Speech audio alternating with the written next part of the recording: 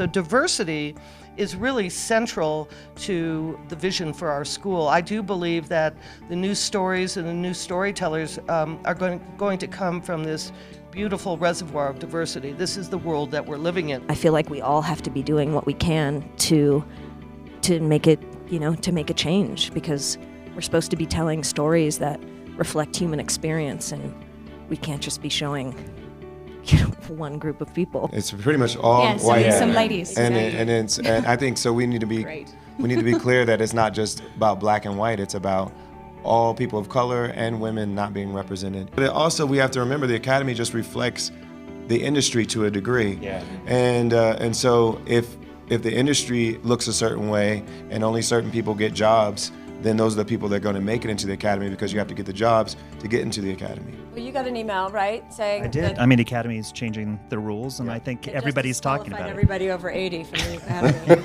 are no longer members. I think we all need to buy in. I think we all need, to really, think about this idea of honest confrontation with our past as a means of going forward. Why are we still dealing with the race issue? Because we haven't really dealt with it. We haven't had an honest confrontation with our past. This is who we were. These dark ages existed. People were tortured. It was a domestic terrorism happening in the United States of America. And it's okay, it happened. Under the Constitution that we still have today. That's exactly right. We love America. It's a racist country built on the boards of genocide.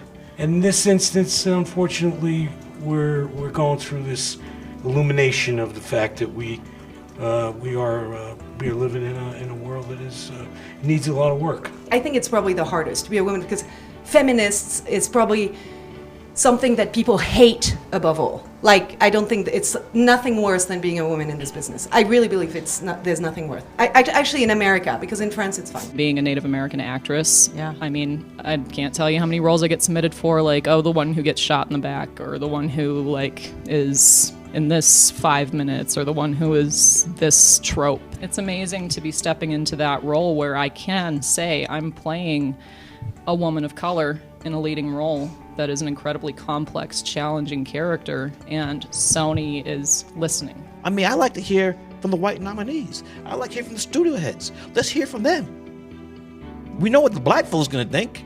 Name me one studio head that's gone on record and said anything about this whole thing. I had Spike Lee sitting in Tom's chair about 20 minutes ago, and he said not a single studio chief has come out and said anything about this issue. So I'm gonna give you guys the opportunity. We have always supported and spoke out against the fact that there weren't enough women in the director's branch, and the fact that there is not diversity in the ranks in the Academy. We have an incredibly diverse slate, and always have, and on every type of diversity you want to look at, we've got. And some of it rises into the Academy in years, some of it doesn't, but there's not. You're saying that from the perspective, because we're saying the industry needs to change, it's not about the Academy, it's about what films we're making. Yeah, it's what we do. ultimately, We're right? making those choices. It's about discrimination in so many places. And Tom has referred to one, which is female directors that really deserve a lot of attention. And we've had many of them, and they are as good, if not better, than any male director you can name. And that's fact. Did you feel like you were facing an uphill battle getting this film made as a woman? Perhaps in the first few hours on set, when you have to establish yourself to all the white males also working on it with you, that you know what you're doing. At first, they just kind of all talk to each other, and I sat back and laughed. I'm like, okay, you guys think you're making decisions, then you're like, actually, shut the f*** up and do what I say. And they have to, because it's your movie, so, It's hard for the girls to answer the equality question because, typically we're being asked the question if we're already in a position where we're like 100% stimulated and working and doing great things. If you couldn't get a job or you weren't getting paid as much as other people, it's like, okay, well, divert attention and do something that you love and go make it happen. And I know that sounds silly because it's like, you're not always in a position to just make it happen. But most women that I know that I really, really respect and that are just like compulsive doers are not focusing on the fact that people aren't listening. They're focusing on what they're trying to say. It's hard to be a person who's not a white male in the film industry. And I think that this year, the Oscars really highlighted a very specific kind of systemic racism. Do you feel like boycotting is something that is... You can't boycott something you weren't invited to.